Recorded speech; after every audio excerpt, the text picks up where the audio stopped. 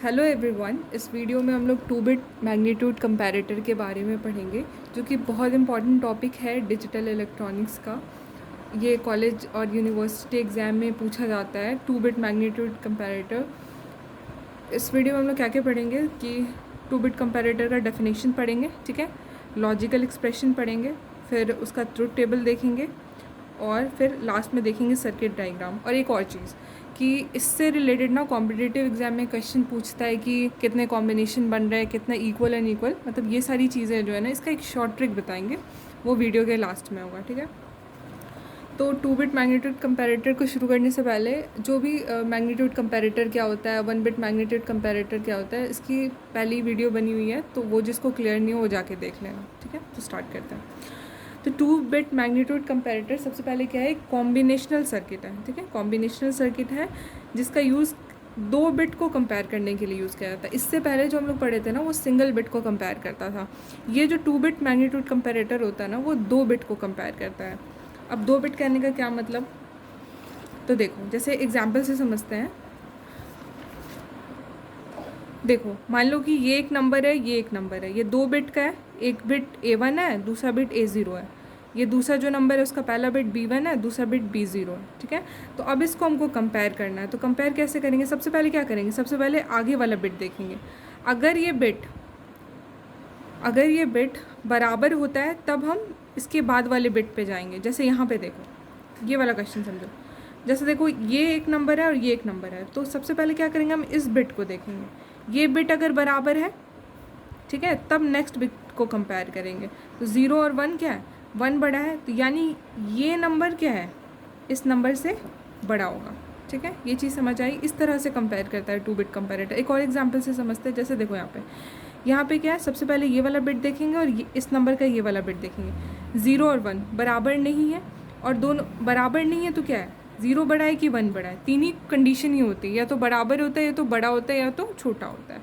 तो ये क्या है, 0 क्या है, 1 से बड़ा है। तो डैट मीन्स क्या है, ये पूरा होल नंबर इस नंबर से बड़ा है। आगे हमको देखने की ज़रूरत ही नहीं है।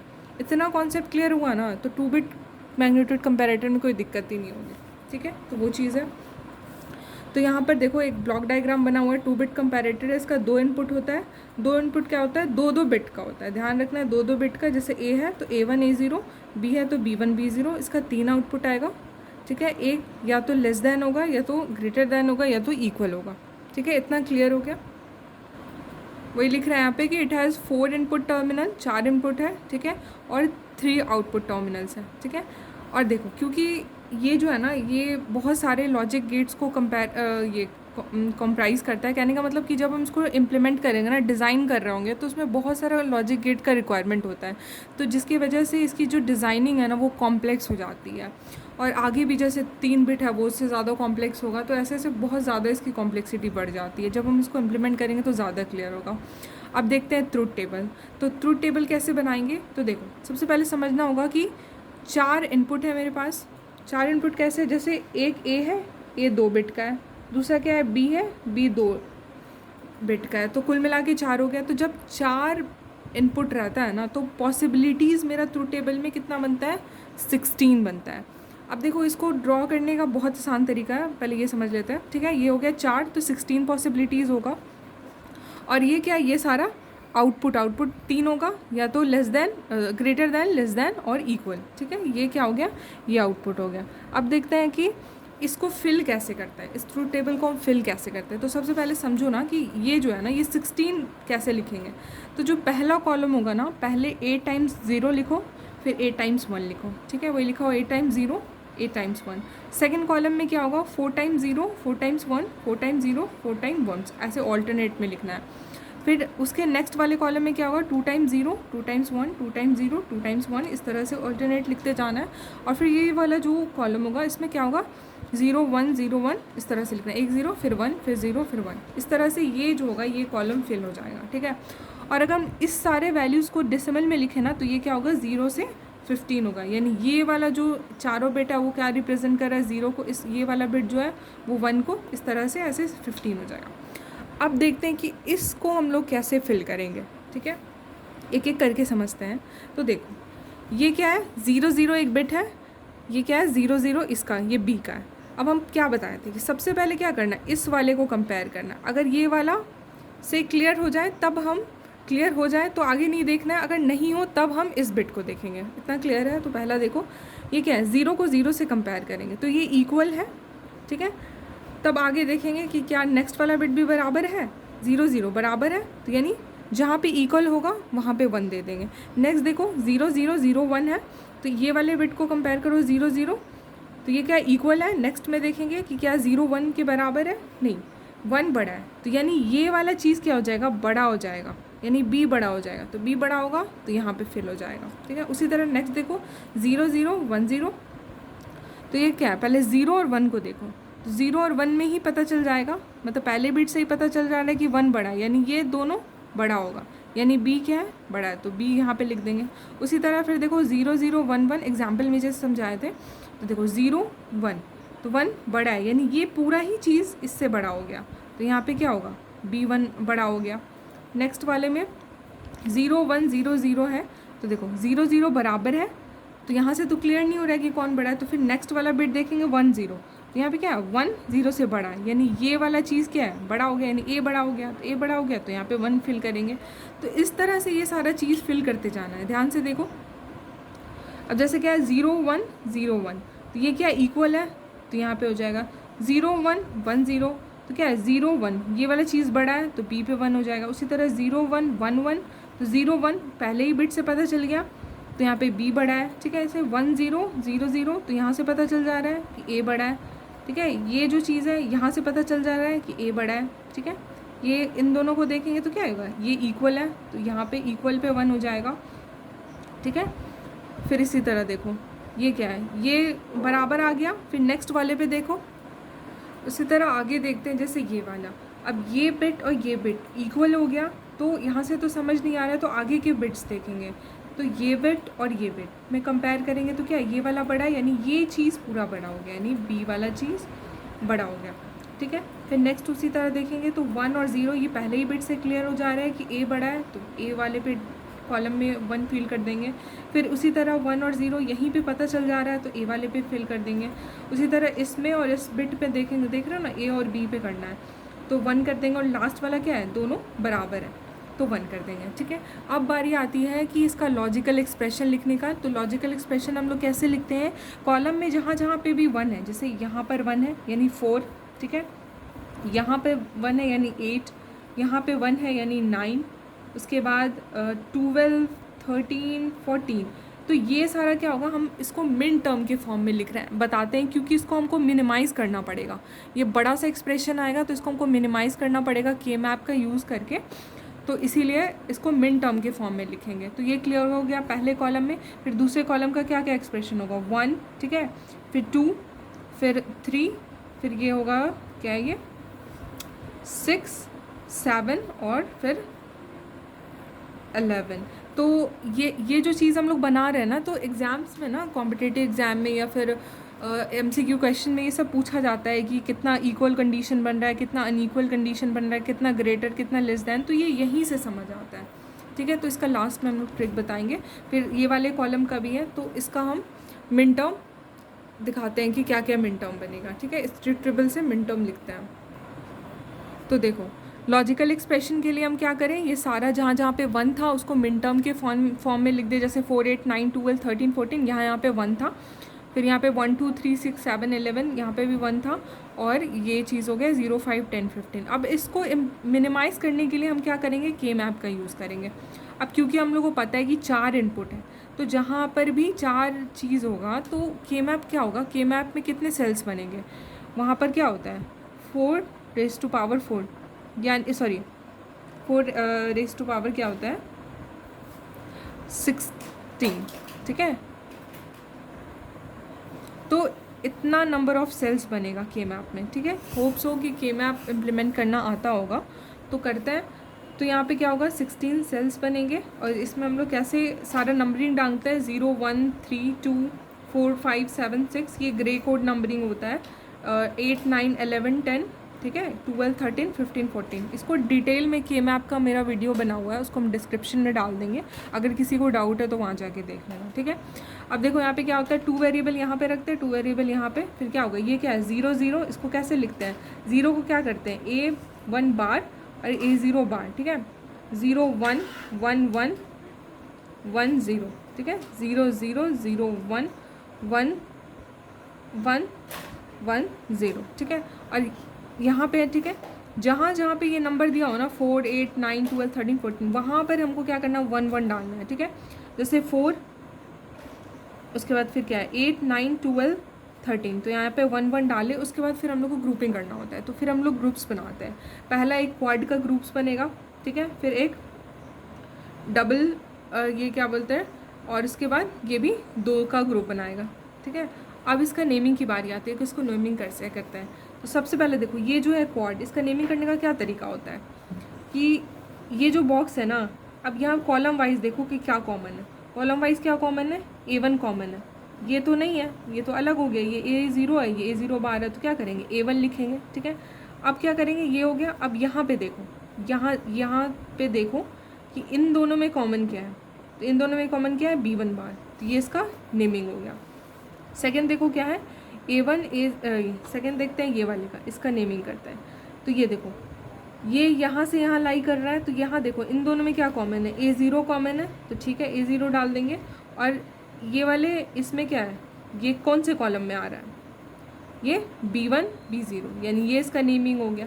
उसी तरह इसका करना है, तो ये कौन से रो है, A1 A0 रो है, और कॉलम वाइज देखना है कि कौन सा कॉमन है, तो क्या कॉमन है B0 बार कॉमन है। तो इस तरह से इसका नेमिंग करेंगे। ठीक है, अरे ये छुप गया था। ठीक है, तो इस तरह से इसका नेमिंग करेंगे। सेकंड में देखते हैं, सेकंड में भी वही है, 4 into 4 का शेल्स बना लेंगे।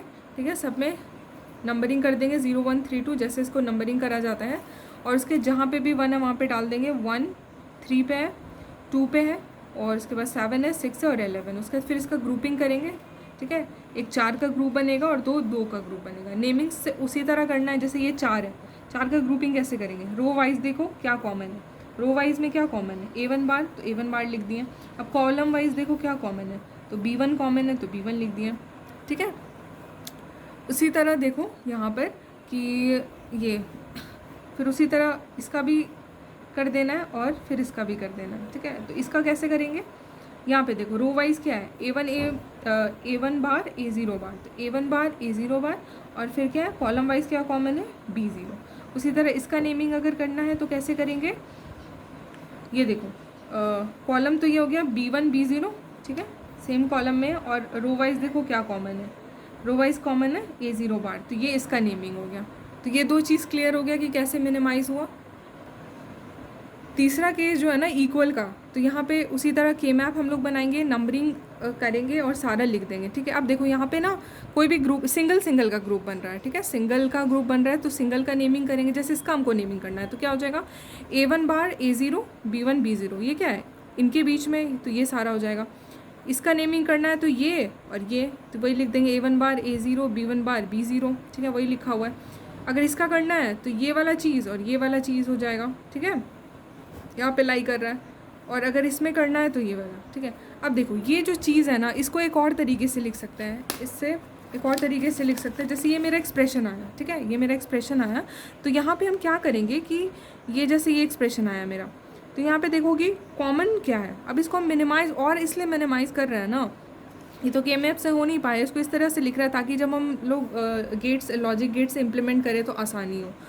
तो यहाँ पर देखो यहाँ पे क्या कॉमन है, A1 कॉमन है और B1 A1 बार कॉमन है, B1 बार कॉमन है, जो कॉमन है वो बाहर निकालेंगे, बाकी एज इट इज़ अंदर लिखेंगे। सेकंड में भी वही करना है, ये वाले में देखो A1 और B1 कॉमन है और बाकी जो है वो अंदर लिख लेंगे। अब इसको अगर ध्यान से देखोगे ना, अच्छा फिर नेक्स्ट स्टेप में देखते हैं। फिर उसके बाद क्या करें, इनमें क्या कॉमन है, इनमें कॉमन है A0, ये वाला चीज़ कॉमन है, तो इसको बाहर निकालेंगे और अंदर जो है वो भी लिख देंगे। और अगर इसको ध्यान से देखोगे तो किसका एक्सप्रेशन है, A XOR B का। A XOR B का एक्सप्रेशन क्या होता है, A bar B bar plus AB, ये एक्सप्रेशन होता है। तो इसको इस तरह से लिखेंगे, यानी ये जो मेरा एक्सप्रेशन है ना उसको हम ऐसे लिखते हैं। ठीक है, ठीक है, ताकि इसको इम्प्लीमेंटेशन में आसानी हो। अब हम इसको इम्प्लीमेंट करते हैं, कैसे करेंगे भाई। तो देखो मेरा 4 इनपुट है, क्या था, A1 था, A0 था, B1 था, B0 था। अब देखो लॉजिक एक्सप्रेशन जो है उससे ये समझ आ गया कि हमको उसका नॉट गेट का भी रिक्वायरमेंट होगा, यानी A1 का जो टर्मिनल बनाएंगे ना उससे एक नॉट गेट कनेक्ट करके A1 बार बन जाएगा। उसी तरह A0 का बनेगा, B1 का बनेगा, B0 का बनेगा। अब देखो इसका कैसे इम्प्लीमेंट करेंगे। तो देखो सबका एक्सप्रेशन लिखा हो, जैसे x को इम्प्लीमेंट करना है तो x में क्या है, x में क्या है, A1 है, B1 बार है। तो यहाँ से क्या करेंगे, A1 लेंगे और यहाँ से क्या करेंगे, B1 बार से एक डॉट कनेक्ट करेंगे और यहाँ पर बना देंगे क्या, एंड गेट। उसी तरह बाकी का भी करते जाएंगे, जैसे A1 है, A0 है और क्या है, B0 बार है, एंड गेट लगा देंगे। फिर क्या है, A0 है, ठीक है, A0 है, क्या बोलते हैं, B1 है और B0 बार है। और फिर इन ये तीनों किससे कनेक्टेड है, और गेट से कनेक्टेड है, और गेट। तो यहाँ पे और गेट लगाकर ये चीज़ मेरा हो जाएगा। तो ये क्या हो गया, x का हो गया। उसी तरह y का भी कर लेना है, ठीक है, y का भी कर लेना है। कैसे करेंगे, y का जो एक्सप्रेशन दिया हो, A1 बार B1, तो A1 से कनेक्ट करेंगे, ठीक है, उसके बाद फिर B1 लेंगे एंड कनेक्ट कर लेंगे। नेक्स्ट एक्सप्रेशन क्या है, A1 बार A0 बार B0, A1 बार B1 A0 बार B0, ठीक है, एंड गेट से कनेक्ट कर देंगे। तीसरा जो एक्सप्रेशन है, A0 बार B1 B0, तो A0 बार B1 B0, इसको एंड, और ये तीनों किससे जुड़ा हुआ है, और गेट से, तो और गेट यहाँ पे लगा देंगे, ठीक है। जो तीसरा एक्सप्रेशन है मेरा, यहाँ जो है, यहाँ पे क्या है, A1 XOR B1, तो यहाँ पे क्या है, A1 XOR B1। उसी तरह क्या है, A0 XOR B0, XOR gate लगाकर, और फिर ये दोनों किससे जुड़ा हुआ है, एंड से, तो यहाँ पर एंड गेट लगा देंगे। तो इस तरह से ये क्या हो गया, इम्प्लीमेंटेशन होगा, ठीक है।